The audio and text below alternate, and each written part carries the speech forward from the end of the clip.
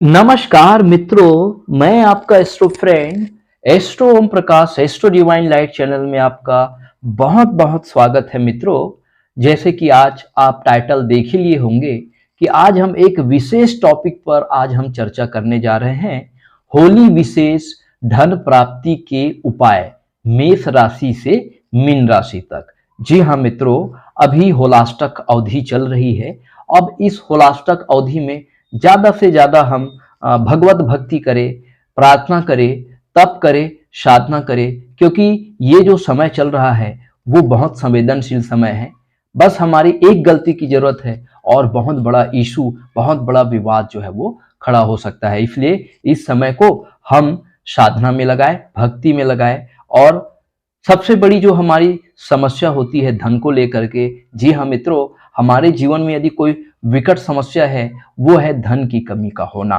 क्योंकि आप सभी जानते हैं कि धन की कमी होने से हमें जीवन में कभी भी मान सम्मान, यश, कीर्ति इत्यादि जो है वो प्राप्त नहीं हो पाते। तो धन की जरूरत आज किसे नहीं है मित्रों। धन की जो वास्तविकता है, धन प्राप्ति के जो उपाय है, आज हम आप सबके सामने रखने जा रहे हैं। जी हाँ विद्यार्थियों, आज हम ऐसे उपाय आपको बताएंगे जिस उपाय को करने से निश्चित रूप से माँ भगवती, धन की देवी, माँ लक्ष्मी की कृपा आपको सहज रूप से हो जाएगी। तो चलिए इन होलाष्टक अवधि में हम परमात्मा की भक्ति भी करें और धन प्राप्ति के दिशा में भी हम प्रयास करें। जी हाँ, क्योंकि कहीं ना कहीं हमारे जीवन की जो सबसे बड़ी कमी है वो है धन की कमी। जी हाँ मित्रों, जिस पर माँ लक्ष्मी, माँ भगवती की कृपा हो जाए वो निहाल हो जाता है। उसको जीवन में तमाम प्रकार के सुख सुविधा, यश, कीर्ति, मान सम्मान, सामाजिक पद प्रतिष्ठा, उन्नति, पदोन्नति माँ लक्ष्मी के कृपा से प्राप्त हो जाती है। तो चलिए उस अद्भुत और विशेष उपाय के बारे में आज हम 12 राशियों के बारे में आपको बताने जा रहे हैं मित्रों। तो अगर आप हमारे चैनल में अभी अभी जुड़े हैं तो इस चैनल को लाइक करिए, सब्सक्राइब करिए, शेयर करिए मित्रों।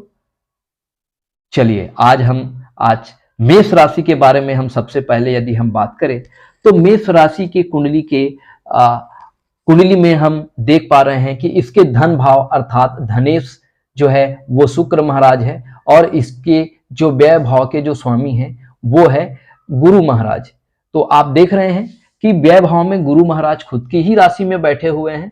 तो अब हम मेष राशि के बारे में थोड़ी सी एक सामान्य सी चर्चा करते हैं सभी राशियों को लेकर के। तो देखो, व्यय को यदि हम कम कर दे, ये हमारा व्यय भाव है, यदि हम व्यय को कम कर दे तो निश्चित रूप से हमारा बैंक बैलेंस और धन संचय जो है वो क्या हो जाएगा, बढ़ जाएगा। हम अपने कुटुंब परिवार के लिए भी हम धन क्या है प्रदान कर सकते हैं, उनकी सेवा के लिए, उनके हॉस्पिटल के इलाज के लिए, उनके मदद के लिए भी हम धन का व्यवस्था कर सकते हैं। जी हाँ मित्रों, तो धन से ही हमारा परिवार है और धन से ही पूरा संसार है। जी हाँ मित्रों, क्योंकि हमको आर्थिक रूप से कहीं ना किसी का सहयोग जरूर करना पड़ता है, क्योंकि धन ही सर्व प्रमुख है। क्योंकि धन ही है तभी हम इस संसार में सरवाइव कर पाएंगे, क्योंकि हर चीजों का एक मूल्य होता है और उन मूल्यों को मुद्रा से हमें आकलन करना पड़ता है। इसलिए धन की देवी माँ लक्ष्मी की कृपा होना परम आवश्यक है। तो मेष राशि के जातकों के लिए व्यय भाव में गुरु महाराज खुद अपने ही घर में बैठे हैं, तो ये अपने घर में बैठ के ये अनावश्यक रूप से व्यय नहीं कराएंगे। तो मेष राशि वाले जातक जो है उनके लिए बहुत अच्छा भी समय चल रहा है। वो ऐसे जातक जो है उस पर माँ भगवती और भगवान विष्णु, लक्ष्मी और विष्णु दोनों की कृपा है ऐसे जातकों पर, और दोनों की कृपा से ऐसे जातक जो है धन की बचत कर पाएंगे, धन की रक्षा कर पाएंगे, धन की अनावश्यक व्यय करने से वो बच जाएंगे। हाँ, ऐसा जरूर है कि वो धर्म कर्म से जुड़े कार्यों में दान दक्षिणा के कार्यों से जुड़े होकर के काम करते हैं, निश्चित रूप से उसको धन की प्राप्ति होगी। आइए मित्रों कि मेष राशि वाले जातकों के लिए क्या ऐसे उपाय है जिससे उसको धन की प्राप्ति हो। तो मेष राशि वाले जातकों को चाहिए कि वो माँ लक्ष्मी की कनक धारा स्तोत्र का पाठ करे और बुध और शुक्र के बीज मंत्र ओम शुम शुक्राय नमः का 108 बार इस होलाष्टक अवधि में जाप करे तो निश्चित रूप से माँ भगवती की कृपा मेष राशि वाले जातकों पर होगी और उन्हें धन की प्राप्ति होगी। जी हाँ मित्रों, चलिए अब हम दूसरी राशि वृष राशि के बारे में हम बात करें मित्रों। तो वृष राशि का जो धनेश है वो है बुध महाराज और इनका व्ययेश है वो है मंगल महाराज। क्योंकि मंगल को अपना ये शत्रु मानते हैं, तो मंगल जो है इसके व्यय भाव में बैठे हैं। तो व्यय भाव में बैठे होने के कारण ऐसे जातकों का हो सकता है इनके वाणी में कटुता हो, या ये बहुत शालीनता से अपने आप को प्रेजेंट करने वाले होते हैं, लेकिन इसके अलावा भी इनसे कुछ ऐसे शब्द निकलते हैं जो चुभने वाले हो। इनको वाहन चलाने में विशेष रूप से सावधानी बरतनी होगी मित्रों। तो इनको बहुत ही व्यवहारिक रूप से अपने आप को प्रेजेंट करना होगा, और ऐसे जातकों को हनुमान चालीसा की जरूर पाठ करनी होगी, ताकि हनुमान जी इनको सद्बुद्धि प्रदान करेंगे, इनके व्यय पर नियंत्रण करेंगे।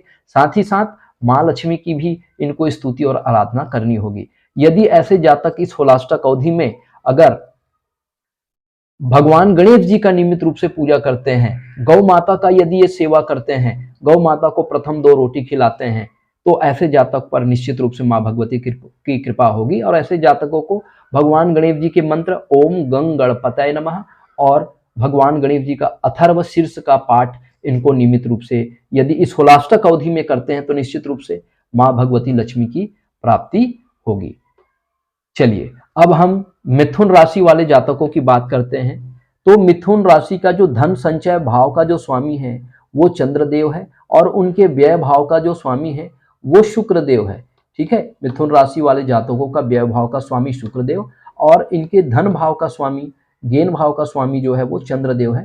तो ऐसे जातकों को चाहिए कि मिथुन राशि के जातकों को माँ लक्ष्मी की स्तुति करना चाहिए। माँ लक्ष्मी की स्तुति करने से इनके धन पर इनका जो व्यय है, व्यय पर इनको नियंत्रण होगा। इनको अपने ही सुख सुविधाओं के बारे में ज्यादा ना सोचते हुए, स्वार्थ से थोड़ा सा ऊपर उठते हुए, इनको लोगों के बारे में, अपने परिवार के बारे में, अपने कुटुंब के बारे में भी इनको सोचना चाहिए। क्योंकि उनके कुटुंब के अगर कोई स्वास्थ्य रूप से पीड़ित है तो उनके स्वास्थ्य के लिए इनको खर्च करना चाहिए, उनके लिए इनको डोनेशन करना चाहिए, दान करना चाहिए। और साथ ही साथ अगर ये होलाष्टक अवधि में अगर धन प्राप्ति के बारे में अगर सोच रहे हैं तो भगवान भोलेनाथ जी का इनको जलाभिषेक करना चाहिए। भगवान भोलेनाथ जी को 7 प्रकार के बेलपत्र में चंदन की स्याही से, अनार की डंठल से भगवान श्री राम का नाम लिख करके उसको एज इट इज भगवान भोलेनाथ में अर्पण करना है। और गन्ना रस, शहद, कच्चा दूध और गंगा जल से जरूर भगवान भोलेनाथ की आप जलाभिषेक करिए। निश्चित रूप से मिथुन राशि के जातकों के लिए माँ भगवती की कृपा होगी भगवान भोलेनाथ की सहायता से। चलिए अब हम कर्क राशि वाले जातकों की बात करें। कर्क राशि के धन भाव का स्वामी जो है सूर्य है और व्यय भाव का स्वामी जो है वो बुध है। तो कर्क राशि वाले जातकों को बहुत ही अपने वाणी में संतुलित रखना चाहिए, बहुत ही संतुलित शब्दों का उनको प्रयोग करना चाहिए। असत्य या मिथ्या वचन या अप्रयोगात्मक कोई ऐसी एक्टिविटी में वो भाग ना ले जिससे वो विवाद का कारण बने। कोई कुतर्क ना करे। इस होलाष्टक अवधि में ईश्वर की भक्ति करे। और सबसे इंपॉर्टेंट चीज है प्रातः काल सूर्योदय के पूर्व उनको उठना चाहिए और स्नान ध्यान करके भगवान सूर्य को जल अर्घ दे करके आदित्य हृदय स्तोत्र का पाठ करना चाहिए। इसके अलावा सूर्य के बीज मंत्रों का भी ये जाप कर सकते हैं, ओम घृणी सूर्याय नमः। इसके अलावा गायत्री मंत्र का कम से कम 7 बार जरूर इनको जाप करना चाहिए, जिससे माँ भगवती की कृपा इनको प्राप्त हो और ये होलाष्टक अवधि में ये माँ भगवती की कृपा ये प्राप्त करे, धन इसको प्राप्त हो सके। चलिए अब हम सिंह राशि वाले जातकों के बारे में हम बात करते हैं मित्रों। सिंह राशि के धन भाव का स्वामी बुध महाराज है और इसके व्यय भाव के स्वामी जो है वो चंद्रदेव है। तो ऐसे सिंह राशि वाले जातक जो है वो गर्म प्रकृति के होते हैं।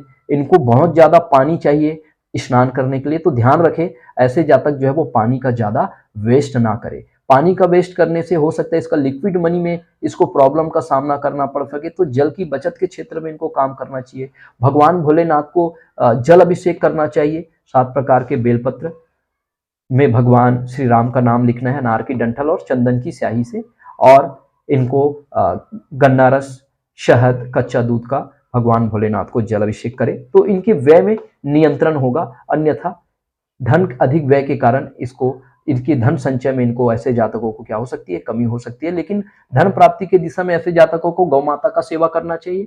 प्रथम रोटी गौ माता को खिला करके ये अपने धन प्राप्ति की जो उपाय है उसको आसान बना सकते हैं। ऐसे जातक को बुध के भी बीज मंत्रों का जाप करना चाहिए, ओम बूम बुधाय नमः। इसके अलावा गौ माता का सेवा करना चाहिए, गणेश की आराधना करना चाहिए, गणेश अथर्वशीर्ष का पाठ करके ये अपने धन में वृद्धि कर सकते हैं। जी हाँ मित्रों, चलिए अब हम कन्या राशि वाले जातकों की हम बात करें तो कन्या वाले राशियों का धन भाव का स्वामी अर्थात धनेश शुक्र होते हैं और व्यय भाव का स्वामी व्ययेश सूर्य महाराज होते हैं। तो ऐसे जातकों को अपने सबसे पहले क्या करना पड़ेगा, व्यय पर इनको नियंत्रण करना पड़ेगा। तो व्यय पर नियंत्रण करेंगे तभी तो वो धन को संचय कर पाएंगे। तो व्यय को नियंत्रण करने के लिए सबसे पहले प्रातः काल उठना है, भगवान सूर्य को ऐसे जातकों को जल अर्घ देना है और सूर्य की बीज मंत्र ओम घृणी सूर्याय नमः और आदित्य हृदय स्तोत्र का ऐसे जातकों को नियमित रूप से अगर ये होलाष्टक अवधि में पाठ करे तो इनके व्यय पर जो है वो क्या हो जाएगा, नियंत्रण हो जाएगा और इनके बैंक बैलेंस में क्या हो जाएगी, वृद्धि हो जाएगी। इनके धन भाव के स्वामी जो शुक्र है, माँ लक्ष्मी की कृपा इनके ऊपर होगी और ऐसे जातकों को कुंवारी कन्या का उनको सम्मान करना चाहिए, उनको यथासंभव दान देना चाहिए। ऐसे जातकों को माँ लक्ष्मी का कनकधारा स्तोत्र का पाठ करना चाहिए जिससे कि माँ लक्ष्मी की कृपा इनके ऊपर हो और इनके धन संचय में भी वृद्धि हो। चलिए तुला राशि वाले जातकों के बारे में हम बात करें तो इसके व्यय भाव का स्वामी है, तुला राशि वाले जातकों का जो व्यय भाव का स्वामी है वो बुध महाराज होते हैं और इसके जो धन भाव के स्वामी होते हैं वो मंगल देव होते हैं। तो ऐसे जातकों को धन प्राप्ति के लिए पहले अपने व्यय पर नियंत्रण करना पड़ेगा, इनको कुतर्क करने से बचना चाहिए, अपने वाणी का इनको सदुपयोग करना चाहिए, अपने नपे तुले शब्दों का ही ऐसे जातकों का प्रयोग करना चाहिए, गौ माता का सेवा करना चाहिए, गणेश भगवान की इनको आराधना करनी चाहिए। ऐसे तुला राशि वाले जातकों को गणेश अथर्वशीर्ष का पाठ किया जा सकता है, गणेश के बीज मंत्रों का जाप करके ये जो है वो धन का अनावश्यक व्यय को ये नियंत्रित कर सकते हैं। लेकिन धन प्राप्ति के लिए तुला राशि के जातकों को लिए नियमित रूप से हनुमान जी का हनुमान चालीसा का इनको पाठ करना चाहिए। मंगल के ऋण मोचन का भी पाठ करके ये अपने धन की दिशा में किए गए प्रयासों से ये सफलता प्राप्त कर सकते हैं। ऐसे जातक को अपने छोटा भाई का भी इनको देखभाल करना चाहिए, उनका सहयोग करना चाहिए, उनकी रक्षा करनी चाहिए जिससे इनको धन की प्राप्ति हो सके। ऐसे जातक ओम अंग अंगारकाय नमः बीज मंत्रों का जाप करके ये इस होलाष्टक अवधि में ये अपने धन प्राप्ति के जो उपाय है उसको सुगम बना सकते हैं। चलिए आज हम वृश्चिक राशि वाले जातकों की हम बात करें तो वृश्चिक राशि वाले जातकों का व्यय भाव का स्वामी शुक्रदेव है और इनके धन भाव का स्वामी गुरु महाराज है, अर्थात इनको विष्णु लक्ष्मी दोनों की कृपा इनको प्राप्त करने के लिए इनको सबसे पहले अपने व्यय पर नियंत्रण करने के लिए क्या करना चाहिए, इनको स्त्रियों का सम्मान करना चाहिए, अपने पत्नी को कोई गिफ्ट देना चाहिए, पत्नी की खुशियों के लिए उन्हें कोई ऐसे धार्मिक स्थल का उनको दर्शन कराने ले जाना चाहिए ताकि उनको जो है आत्मिक शांति प्रदान हो। तो ऐसे जातकों के व्यय में जो अनावश्यक जो परेशानियों का सामना करना पड़ रहा है उस व्यय को ये क्या करेंगे, रोकेंगे, उस व्यय को कम करेंगे। अब व्यय कम होगा तो निश्चित रूप से धन की प्राप्ति होगी। भगवान विष्णु सहस्त्र नाम का ऐसे जातकों का पाठ करना चाहिए, इनको गुरु के बीज मंत्रों का जाप करना चाहिए और लंबी यात्रा भी भगवत प्राप्ति के दिशा में आध्यात्मिक यात्रा भी ये कर सकते हैं जिससे परमात्मा की कृपा,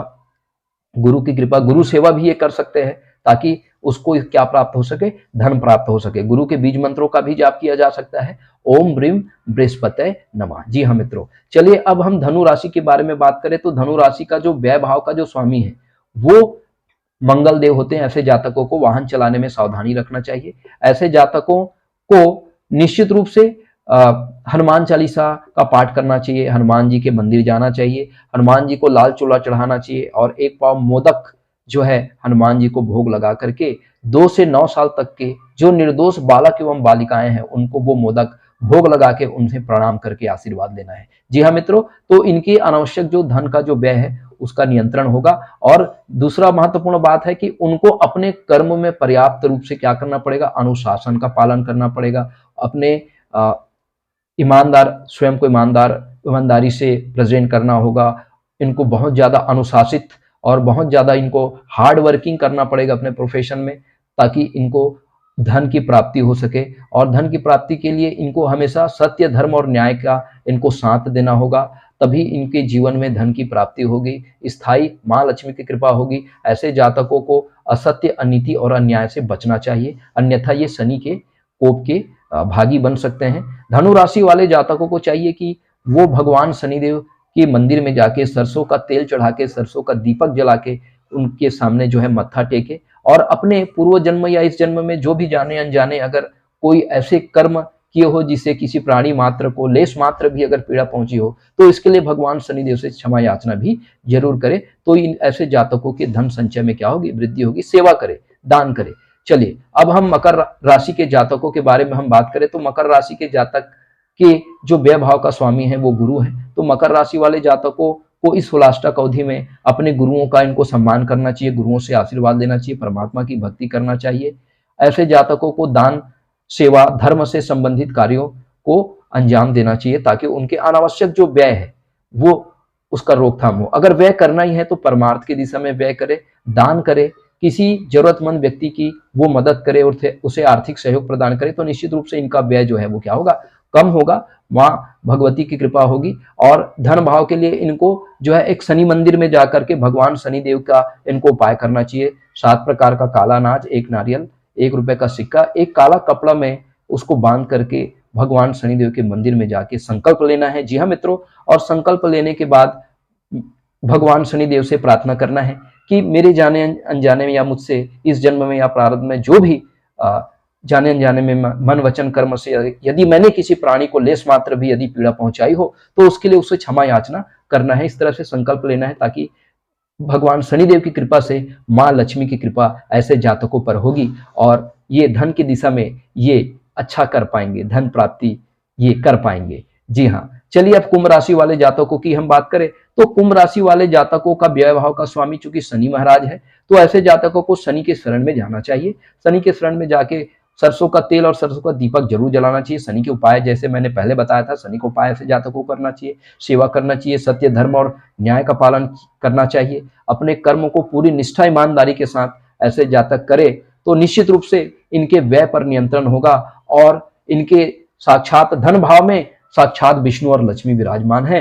तो कुंभ राशि के लिए सबसे अच्छा समय अभी चल रहा है होलाष्टक अवधि में। ये भगवान विष्णु का विष्णु सहस्त्र नाम और माँ लक्ष्मी का कनकधारा स्तोत्र का पाठ करे तो निश्चित रूप से माँ भगवती और भगवान विष्णु की कृपा इनके ऊपर होगी और सबसे ज्यादा सबसे भाग्यशाली और धन की दिशा में सबसे भाग्यशाली ये कुंभ राशि के ही जातक हो रहे हैं। जी हाँ मित्रों, तो कुंभ राशि के जातकों पर साक्षात माँ लक्ष्मी और भगवती लक्ष्मी भगवान विष्णु की कृपा इनके ऊपर है। तो निश्चित रूप से कुंभ राशि के जातकों को इस होलाष्टक अवधि में धन की प्राप्ति होगी।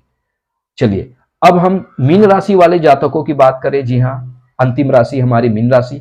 तो मीन राशि के व्यय का भाव जो है वो शनि महाराज है। तो निश्चित रूप से ऐसे जातकों को शनि का उपाय करना चाहिए, शनि के बीज मंत्रों का जाप करना चाहिए, शनि के लिए दान करना चाहिए। शनिदेव के मंदिर में 7 प्रकार का काला अनाज, काला कपड़ा में बांध करके उससे शनिदेव के मंदिर में आपको एक संकल्प लेना है और संकल्प लेके यथासंभव आपको सेवा करना है। भिखारियों का, मजदूर वर्गों का उसे दान करना है यथासंभव। तो निश्चित रूप से आपके अनावश्यक व्यय पर नियंत्रण होगा। यदि मीन राशि के जातक जो है वो नियमित रूप से अगर हनुमान चालीसा का पाठ करते हैं, अगर मंगल का ऋण मोचन स्तोत्र का पाठ करते हैं, तो निश्चित रूप से इस होलाष्टक अवधि में ऐसे मीन राशि वाले जातकों को धन की प्राप्ति होगी, माँ भगवती लक्ष्मी की प्राप्ति होगी। क्योंकि मीन राशि में ही भगवान श्री हरि विष्णु और माँ लक्ष्मी विराजित है। तो ऐसे जातक को माँ लक्ष्मी और भगवान विष्णु की कृपा जरूर प्राप्त होगी मित्रों।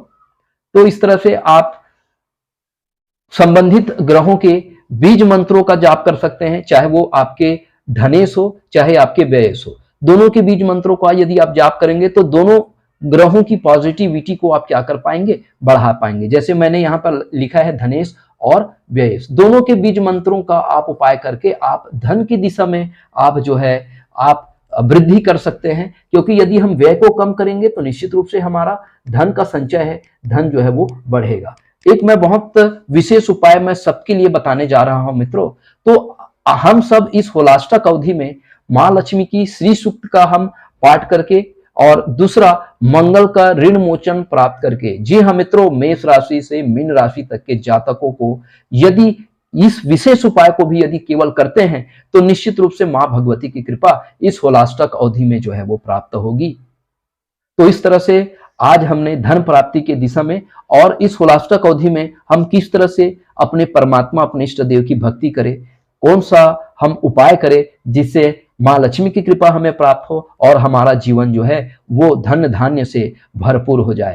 तो मित्रों, यदि आपको हमारा ये प्रयास पसंद आता है, हमारे इस चैनल को सब्सक्राइब करिए, लाइक करिए और ये महायज्ञ में आप भी अपना थोड़ी सी आप अपनी श्रद्धा रूपी आहुति दीजिए और इस ज्ञान को, इस ज्ञान के जो महायज्ञ है, इसको आप घर घर तक, उन जरूरतमंदों तक जरूर पहुंचाइए, ताकि इन उपायों को करके निश्चित रूप से वो भी अपने जीवन में माँ भगवती और भगवान विष्णु की कृपा प्राप्त हो जाए। जिस पर माँ भगवती और भगवान विष्णु की कृपा प्राप्त हो, वो कभी गरीब नहीं होता, वो हमेशा धनवान होता है, वो हमेशा आनंदित होता है, वो हमेशा वो परमार्थ की दिशा में कार्य करता है, उसके जीवन में हमेशा परमात्मा की कृपा बनी रहती है, कभी धन की कमी नहीं होती।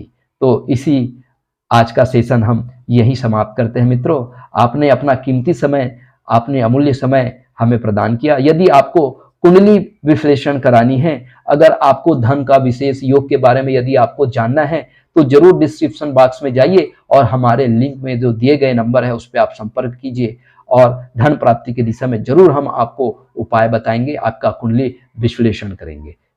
जी हाँ मित्रों, आपका कीमती समय हमारे लिए बहुत बड़ा जो है हमारा सौभाग्य है। आप इसी तरह से आप अपना आशीर्वाद बनाए रखिए। आपने कीमती समय हमारे चैनल को देते हैं दर्शकों।